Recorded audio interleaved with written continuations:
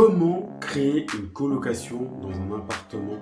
Comment faire pour gérer ce type de division qui est très rentable? C'est l'un des plus rentables, c'est le deuxième ou troisième dans la division, après l'IDR et la LCD. On va voir ça aujourd'hui dans cette vidéo en plusieurs points, juste après l'intro au show. Bienvenue sur cette chaîne, ici Willem. Sur cette chaîne, je vais t'aider à générer du gros cash flow et rapidement dès ton premier investissement avec la division. C'est ce que je fais sur chacune de mes opérations, coloc, IDR, LCD, division de l'eau. Donc, abonne-toi et suis-moi si tu es prêt à enchaîner et à investir. Ok, donc aujourd'hui, on va voir ça en 6 tips et reste bien jusqu'au bout parce que le 6e tips, on va faire une visite avant-après de mon appartement, le deuxième qui est en colocation. Ok, donc actuellement, je suis en train de tourner dans cet appartement. Donc juste après, on va faire une petite visite en live. Tip numéro 1, qu'est-ce que c'est une colocation? Une colocation, c'est quand tu prends un appart et tu le divises à plusieurs personnes. Chaque personne doit disposer au moins d'une chambre et d'un certain nombre de choses quand tu fais du meublé ou du nu. Une colocation en nu, je ne te conseille pas. Donc on va partir sur une colocation meublée. Tu dois fournir un certain nombre de choses qui est indiqué sur internet, tu trouveras facilement. Donc ce que tu dois faire attention, c'est louer à chaque personne au moins une chambre de 9 mètres carrés. Ne loue pas 8 mètres 99, 8 mètres 59, c'est 9 mètres carrés minimum. Ne loue pas en dessous, c'est interdit et en plus c'est trop petit. 9 mètres carrés minimum. Ensuite, il y a 2-3 choses à laquelle tu dois faire attention. C'est que quand tu as un 40 mètres carrés, tu ne vas pas mettre 4 colocataires. Tu vas me dire c'est évident. Non, il y en a qui sont full rentabilité. Et comme je le dis souvent, c'est du win-win. Donc fais attention à ces petites règles. Donc 40 mètres carrés, 2 personnes max. 60 mètres carrés, 3, 4 personnes. Ça dépend s'il y a une terrasse. Enfin, ça dépend comment c'est configuré. Quand tu commences à 5, il faut 2 toilettes. Quand tu commences à 4 personnes, il faut 2 salles de bain. Voilà, donc il y a des petites règles auxquelles il faut faire attention, mais après ça dépend de la configuration de l'appartement. Donc je ne peux pas donner tous les cas ici. Mais fais attention à ce genre de choses. Tips numéro 2, l'étude de marché. La colocation ne fonctionne pas partout, ça ne fonctionne pas dans toutes les villes.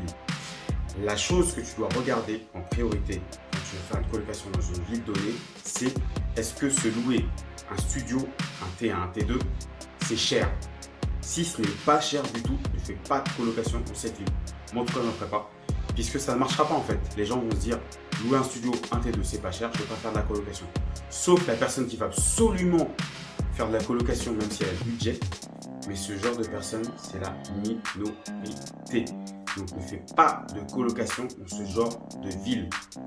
Ensuite, il faut que tu regardes si l'appartement que tu vises est à côté de fac, de lycée, de société grand groupe, à proximité, à pied, 15-20 minutes maximum.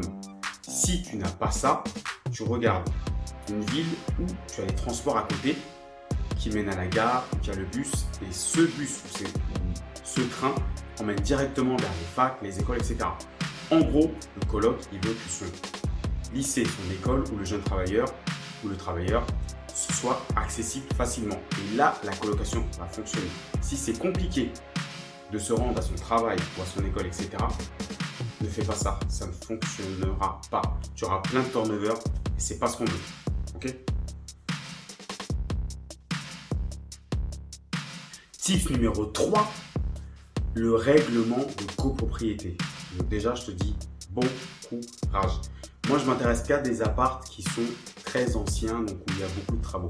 Donc souvent, les règlements de copro ont été faits dans les 70, etc. Ils n'ont pas évolué. Donc c'est impossible de faire du contrôle F ou je ne sais quoi d'autre. Il faut se taper tous les règlements de copropriété à la mano. Ok? Mais comme j'ai l'habitude maintenant des règlements de copropriété, je lis en diagonale, ça va plutôt vite. Ce que tu dois regarder en priorité, c'est si la colocation est interdite. Ne t'inquiète pas, elle n'est jamais interdite. Ils essayent de l'interdire avec des mots à l'ancienne, puisque ça a été écrit il y a très longtemps en général. Ce qu'ils essayent de faire en général, c'est d'interdire les baux individuels, c'est-à-dire de louer une chambre à une personne avec un bail individuel. Dans ces cas-là, c'est simple, tu fais un bail collectif et tu contournes ce souci. petit aparté, donc sur les baux individuels et collectifs, un bail individuel, c'est donc mettre un bail sur une personne donnée et qui peut gérer son état des lieux de sortie comme elle le souhaite. Si tu fais un bail collectif, les états des lieux et de sortie, il faut que tu fasses des avenants. À chaque fois que quelqu'un rentre, tu fais un avenant parce que le contrat change, parce que c'est un bail collectif. Donc c'est galère. Mais bon, si tu n'as pas le choix, tu le fais. Si tu as le choix, tu n'as pas d'imposition, tu fais un bail individuel, c'est beaucoup plus pratique. Tu gères chaque personne individuellement comme s'il avait un appartement chacun. Bah, si tu n'as pas le choix, tu fais un bail collectif. Mais ils ne peuvent pas t'interdire la colocation, ne t'inquiète pas. Donc ça, il faut que tu regardes ce point qui est très important. Tips numéro 4. Les travaux. Donc tu as deux types de travaux. Les travaux que tu devras faire dans l'appartement. Les travaux qui sont liés à la copro avant même que tu sois là, que tu sois arrivé. Les travaux dans l'appartement, donc quand je vais visiter ou même avant de visiter, je demande les plans de l'appartement. Je regarde les fenêtres. Moi, j'investis en Île-de-France. Je n'aime pas les salons. Mais je ne dis pas que c'est une mauvaise idée. Je dis que c'est adapté par rapport à mon type de business. Okay, donc moi, je fais des salons cuisine ouverte, comme dans ma maison d'ailleurs, ou comme dans notre maison qui sera en colocation. Je fais des cuisines ouvertes sur le salon avec un grand espace. Okay, donc je ne fais pas un salon dédié. N'oublie pas que chaque mètre carré coûte de l'argent. Donc après, je ne te dis pas que c'est la meilleure solution. En province, si les gens ont l'habitude d'avoir des grands espaces, où un studio coûte pas très cher, mais c'est pas non plus pas cher, parce que n'oublie pas dans ce genre d'endroit la coloc ne marche pas. Si les gens ont l'habitude d'avoir de grands espaces, là il faut que tu fasses un salon dédié par exemple. Il faut que tu fasses des chambres de 13 mètres carrés si possible. En Île-de-France, malheureusement, on n'a pas l'habitude, on se partage de petits espaces parce que c'est cher à l'achat, c'est cher à la location, c'est cher dans tous les sens. Donc, on maximise les espaces. Donc moi, je fais des chambres de 9, 10, 12 mètres carrés. À chaque fois, je mets des salles de bain. À chaque fois, je mets des salles d'eau pour me différencier, parce qu'il faut se différencier des autres. Donc, il faut anticiper ces petits travaux. Et ces travaux, du coup, ça coûte cher. Mais après, c'est plus rentable. Win-win. Donc, quand je rentre dans un appartement, j'observe le nombre de chambres pour pouvoir faire, de fenêtres, pardon, pour pouvoir faire le plus de chambres possible. Et je regarde les 9 mètres carrés et je supprime le salon pour faire une cuisine sur le salon. Espace, cuisine, salon. Ça, c'est mon premier type de travaux. Du coup, mes travaux coûtent tout le temps très cher. Mais du coup, je loue soit un peu plus cher, soit je loue dans la moyenne, mais j'ai des colocataires facilement et je limite les vacances locatives. Ensuite, il y a les autres travaux que tu dois regarder. C'est très important, c'est les travaux qui sont dans le règlement de copropriété au niveau des appels de fonds, les fonds de travaux, etc., etc. Donc ça aussi, au début, ça pique un peu quand tu lis les appels de charges, tous les documents. Là, je suis dans une copro actuellement. Il y a 3 syndics différents. Il faut que tu regardes donc si tu auras un ravalement dans plusieurs années. Donc ça, il faut que tu demandes avant d'acheter. Est-ce que tu auras un ravalement? Est-ce que tu auras des gros travaux qui peuvent te plomber ta renta sur une année complète? Une année complète. Donc ça, très important à anticiper ou à ne pas y aller carrément. Moi, je te dis ça, mais j'y vais tout le temps. Mais il faudrait bien anticiper ce type de calcul. Donc ça, il faut que tu le regardes quand tu achètes l'appartement. C'est 2 types de travaux. Okay, ensuite, au niveau des travaux à anticiper, donc ça, c'est plus la partie de loi. Au niveau de la rénovation, est-ce qu'il faut que je fasse une coloc avec des chambres de 15 mètres carrés? Est-ce qu'il faut que je fasse une coloc avec des chambres de 9 mètres carrés? J'en fais le plus possible. Est-ce qu'il faut que je mette des salles d'eau à chaque fois? Donc, ce qu'il faut faire dans ce genre de cas, tu regardes ce que font les autres à côté et tu fais mieux. Ok, je le redis. Tu regardes ce que les autres font à côté et tu fais mieux. Tu proposes des meilleures prestations. Tu loues au même prix ou un peu plus cher, mais tu proposes des meilleures prestations. Moi, chaque chambre, ils ont une salle d'eau. Cuisine ouverte sur le salon et je fais tout à neuf. Nickel. Il faut se démarquer. Moi, je fais plus du co-living, donc je mets des choses pour qu'ils puissent faire du télétravail, imprimante, etc. Ce genre de choses. Je vais me faire une coloc dans une maison que je suis en train d'acquérir là, où je vais mettre une salle de gym. Enfin bref, il faut se démarquer des choses. Il faut se démarquer des autres. Ok, donc après, il n'y a pas de règle. Les meilleures colocs, ce n'est pas une chambre en appartement, ce n'est pas une chambre de 9 mètres carrés ou de 15 mètres carrés. Ça dépend où tu investis. Si tu es en province, ils ont l'habitude d'avoir de l'espace. Les chambres, il faut qu'elles soient plus grandes. Il faut qu'il y ait un salon. Il faut idéalement qu'il y ait un balcon. Obligatoire. en Ile-de-France, mes chambres elles sont un peu plus petites, mais moi je mets des salles d'eau à chaque fois. Je mets plusieurs salles de bain pour que chacun ait sa salle de bain ou au maximum 2 personnes. Je cherche des choses avec un balcon et je cherche des apparts avec des parkings. Obligatoire pour que mes colocs puissent se garer facilement. Et transport à côté. Voilà, donc il faut réfléchir à tout ça, tous ces types de travaux, tous ces types de rénovations avant d'acheter. Donc tout ça, tu peux le savoir avant d'aller visiter. N'oublie pas ce que j'ai dit dans une autre vidéo. Avant d'aller visiter, il faut avoir tous les éléments. Et moi, je viens juste avec l'offre.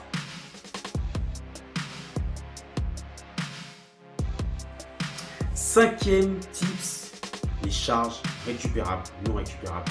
Le calcul du loyer. Qu'est-ce que c'est les charges récupérables, non récupérables? Au début, je n'y comprenais rien. Forcément, je ne peux pas demander à quelqu'un. Pourtant, j'étais sur les forums, etc.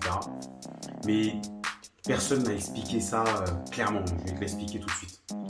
Charges récupérables, comme son nom l'indique, c'est les charges que tu peux allouer aux autres locataires. Charges non récupérables, c'est des charges que tu ne peux pas allouer légalement aux autres colocataires. En gros, toi que tu es un colocataire ou pas, tu vas payer des charges. Une partie des charges que tu vas payer, tu peux les allouer aux locataires. Ok? Légalement. Après, il y en a qui allouent n'importe quoi. Moi, je suis très matheux, donc je calcule tout au centime près. Je rembourse même au centime près. Parce que je fais des provisions, ce qu'on appelle sur charge. Tu peux faire un forfait. Ça veut dire que tu provisionnes, enfin tu anticipes un coût des charges. Et après, quand le locataire s'en va, bah, tant pis pour toi ou tant pis pour lui. Si tu as trop chargé ou pas assez, il faut bien calculer les charges récupérables et non récupérables pour calculer donc le loyer. Parce qu'en fait, tu vas avoir des charges qui ne vont pas bouger. Donc, si tu es dans une copo où les charges, par exemple, dans mon appart de 97 mètres carrés, donc ils sont 5, une salle d'eau chacun, donc de toute façon, on va visiter à la fin de la vidéo. Les charges, c'est 400 € par mois. C'est énorme. Donc, moi, 400 € par mois, dedans, je vais avoir 300 € qui sont récupérables. Donc, moi, les 400 €, ça ne peut pas bouger. Tous les mois, il faut que je paye 400 €, même 500. Du coup, quand je calcule le loyer, il faut que je mette ces charges-là. Donc, je mets dans la première pile les charges qui sont récupérables pour calculer le loyer du locataire. Ensuite, je mets l'électricité, l'eau, etc. ou je le laisse gérer par le locataire. Bref, il faut calculer les charges qui ne vont pas bouger et après, tu calcules le loyer total par rapport à tes concurrents, tes collègues, tu les appelles comme tu veux, ceux qui sont dans le secteur et qui proposent à peu près le même service que toi. Donc, c'est comme ça qu'on calcule le loyer. Je calcule d'abord les charges où j'ai pas le choix, ça ne va pas bouger. Et ensuite, je calcule le prix par rapport aux autres. Si j'ai fait une meilleure prestation, je mets en moyenne haute. Si j'ai fait une prestation identique, je me mets en moyenne dans la moyenne ou même dans la moyenne basse si je suis rentable et si je veux éviter d'avoir de la vacance locative. Ok? Donc très important d'avoir ces notions de charges récupérables et non récupérables que tu trouves dans les appels de fonds, dans les appels de charges où c'est bien indiqué. Donc tu peux les recalculer toi-même, ça dépend du nombre de tantièmes que tu as, donc c'est-à-dire le nombre de parts par rapport à l'ensemble de la copropriété. Très important de maîtriser ce genre d'éléments dans le calcul du loyer. Si ton loyer est trop élevé, tu ne l'auras à personne. Donc c'est pour ça qu'il faut acheter pas cher, comme ça tu peux mettre le loyer le plus proche possible de la réalité et ne pas avoir de vacances locatives. Idéalement, moi j'aimerais bien être dans la moyenne normale, voire moyenne basse, comme ça j'ai jamais de vacances locatives et tout le monde est content. Après, pas louer trop bas non plus parce que le louer à un certain prix, tu as un certain filtre, entre guillemets. Okay, mais moi j'aime bien être juste quand même par rapport à tout, pouvoir louer à tout le monde. Moi je fais pas comme les gens demandent 3 fois le loyer, je sais pas combien de garants, ne fais pas ça. Feeling. Dans la colocation, il y a rarement des impayés, ça peut arriver, moi j'en ai pas eu encore pour l'instant, parce qu'il y a les parents, etc.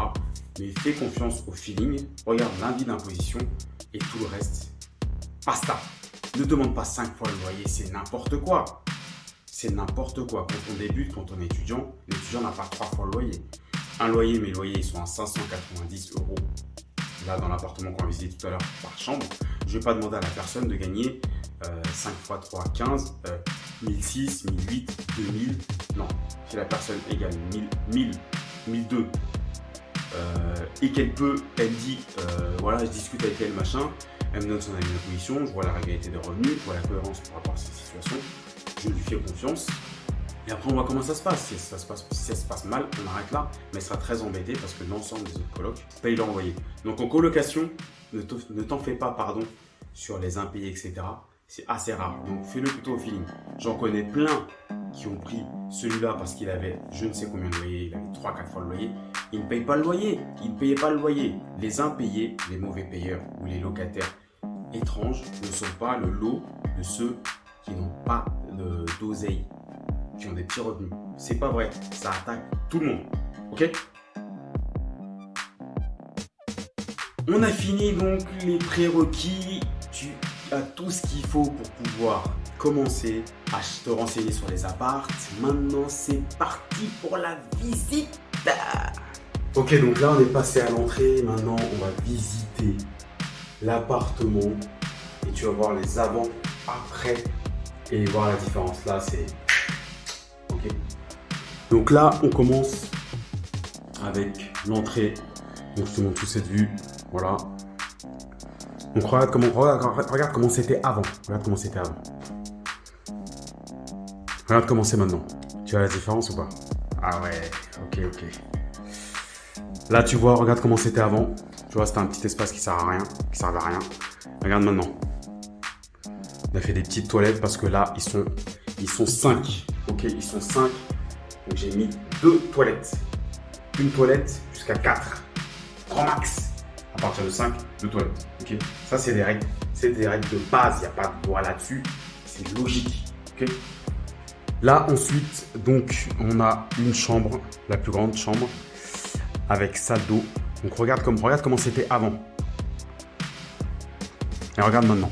Le petit bureau, le petit lit. Donc, mon locataire, il a emménagé. Hop. Et tu vois la petite salle d'eau.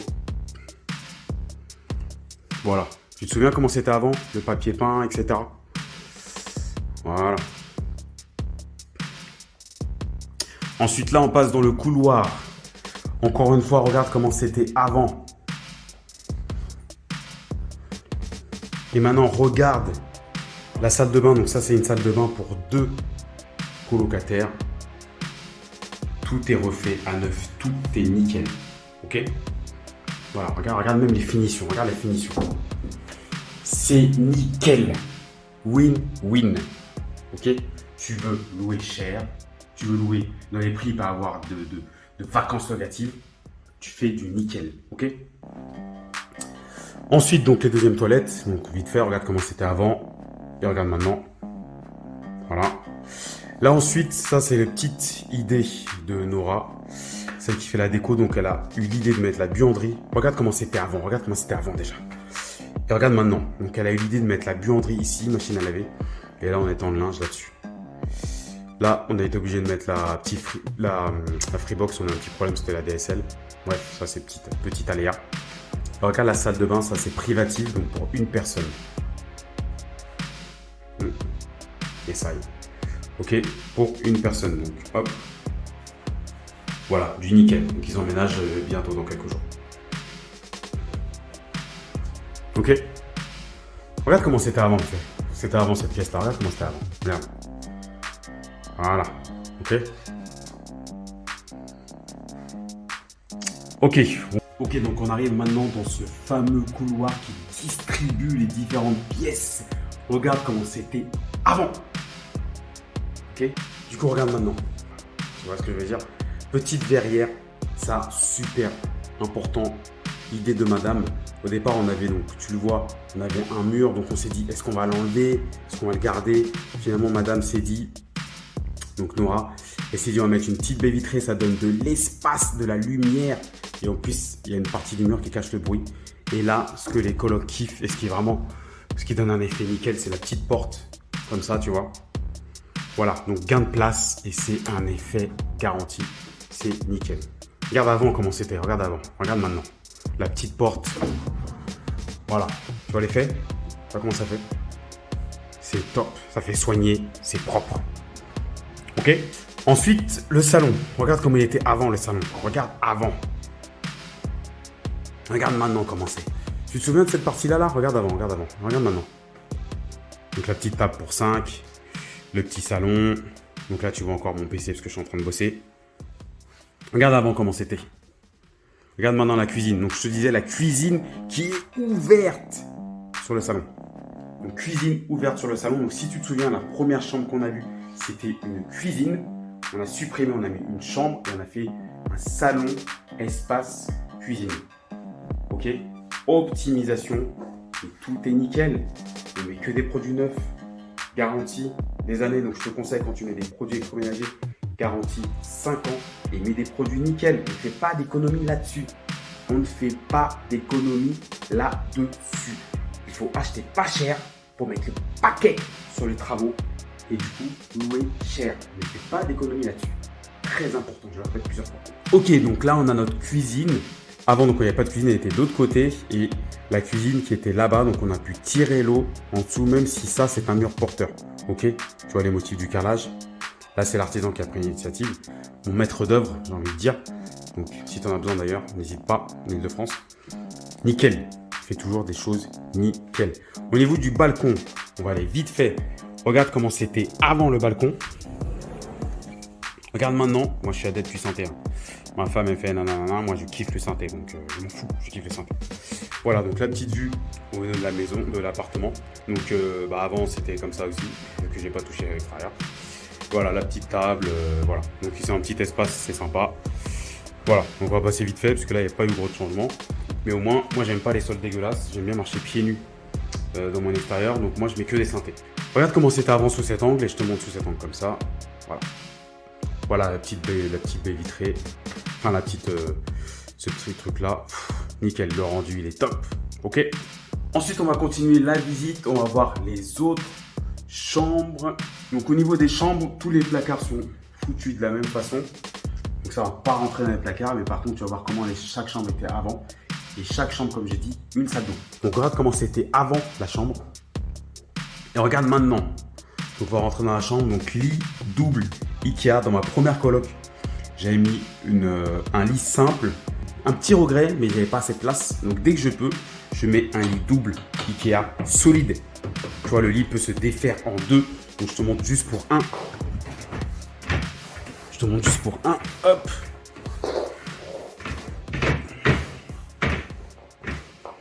Voilà. Donc j'ai un petit peu tiré. Le lit peut se défaire en deux, d'accord? Donc tout le nécessaire, hein, si tu vois comment c'était avant et maintenant. Le petit bureau, la petite lampe, le miroir, donc la salle d'eau privative. Finition nickel, toujours pareil. Et là, une grande fenêtre, double vitrage. Donc j'ai pas eu à faire de travaux au niveau des fenêtres. C'est un gain énorme, parce que c'est très cher le double vitrage. Donc chambre avec salle d'eau, tu as retenu. Ça fait la deuxième chambre avec salle d'eau privative. Et si on revient vite fait en arrière, cette chambre-là, c'est pour une personne. Cette chambre salle de bain, pardon. Cette salle de bain, c'est pour deux personnes. Ok? Tout le monde a sa salle de bain, sauf deux chambres. Ensuite, nous avons cette chambre qui peut avoir la salle de bain privative ou qui se partage une salle d'eau. Donc là, toujours pareil, hein. C'est pareil, lit Ikea, double. À l'aise. Le coloc, il faut qu'il soit à l'aise pour éviter la vacance locative. Il faut qu'il reste des années idéalement. Regarde comment c'était avant ça et maintenant. Ensuite, on continue dans le couloir, on avance. Donc une autre chambre, on va très vite. Hein. Je te montre comment c'était avant vite fait. Et maintenant, donc c'est toujours pareil. Donc les chambres, elles sont foutues pareil. Donc moi, tout est blanc. Madame fait tout blanc. Elle a peut-être changé. Mais pour l'instant, tout est blanc. Et comme ça, ils peuvent faire leur déco. Et puis voilà. Après, tu peux t'aventurer à faire des décos machin. Mais ça, c'est pas ma partie. Tu verras ça avec elle. Mais tu peux t'aventurer. Mais ça peut ne pas plaire. Donc quand tu mets tout est blanc, tout est nickel. Tout le monde est content. Ensuite, là, on a un petit espace bureau par ces temps de confinement. Donc si encore on reste bloqué ou comme il y a pas mal de télétravail. J'ai mis une imprimante qui est à disposition, j'ai mis des feuilles, aussi les cartouches d'encre. Le petit truc hein, que je voulais te montrer vite fait, petite boîte à outils. C'est pas obligatoire, mais ça fait plaisir parce que ça peut être nécessaire s'il y a des petits trucs cassés, machin pour réparer. Donc il faut que tu rendes tes colocs autonomes et il faut que tu donnes ce qui est utile, ce qui n'est pas un coût extraordinaire, mais ce qui est très pratique. Ok ? Dernière chambre, donc regarde comment c'était avant et regarde maintenant. Donc toujours la chambre. Voilà, donc elle est idem, hein. Donc la même chose, tout nécessaire pour qu'un coloc ou un jeune travailleur ou un travailleur soit super à l'aise. Là, je vais te montrer le placard, un placard pour exemple dans cette coloc. Les autres sont pareils. Donc ça aussi, c'était super parce que du coup, le placard est immense, il est hyper profond. Et du coup, comme tu le vois, j'ai pas besoin d'avoir une commode, etc. Après, le coloc, il peut ramener une commode s'il veut. Je pense qu'il n'en aura pas besoin. Il y a vraiment pas mal de place. Donc, c'est nickel. Au niveau du chauffage, juste pour info, donc individuel, enfin collectif à gaz ici. Fenêtre double vitrage. Tu vois? Enfin, je sais pas si tu as entendu le bruit, mais double vitrage. Ok, donc on a fait le tour de l'appartement. Donc on a vu toutes les chambres, vous avez vu, tout est blanc, tout est nickel, tout est propre, tout est refait, tout est neuf. À chaque fois que je fais une colocation, c'est comme ça que ça se passe. Donc tu as vu un petit avant-après pour te donner un aperçu concret de comment ça se passe. Et dans cette coloc, je suis à 590 toutes charges comprises par chambre. J'aurais pu mettre des prix différents, mais je ne me suis pas pris la tête. Pour l'instant, j'ai mis le même prix. Parce que j'ai pas mal de biens, j'ai pas mal de choses organiser. Donc je pourrais évoluer au niveau du prix par la suite. Je verrai dans quelques années. Et moi, ce que je fais, c'est que quand j'ai un coloc, je lui laisse le même prix tant qu'il est là. Je l'augmenterai peut-être un jour, mais pour le prochain coloc, je lui laisse le même prix tant qu'il est là. 1 an, 2 ans, je ne change pas le prix. Tu peux avoir une stratégie ou mettre des prix plus bas et augmenter tout le temps avec l'indice de machin. Mais moi, ça, je m'en fous. Moi, je mets tout le temps le même prix. L'important, c'est que j'ai pas de vacances et que le coloc se sente bien et pas qu'il y ait des augmentations tous les ans pour je ne sais quelle connerie de... J'espère que la visite t'a plu. Comme ça te donne des petites idées par la suite. Et pour les prochaines vidéos, ce sera des colocs en maison et du lourd qui se prépare, du lourd.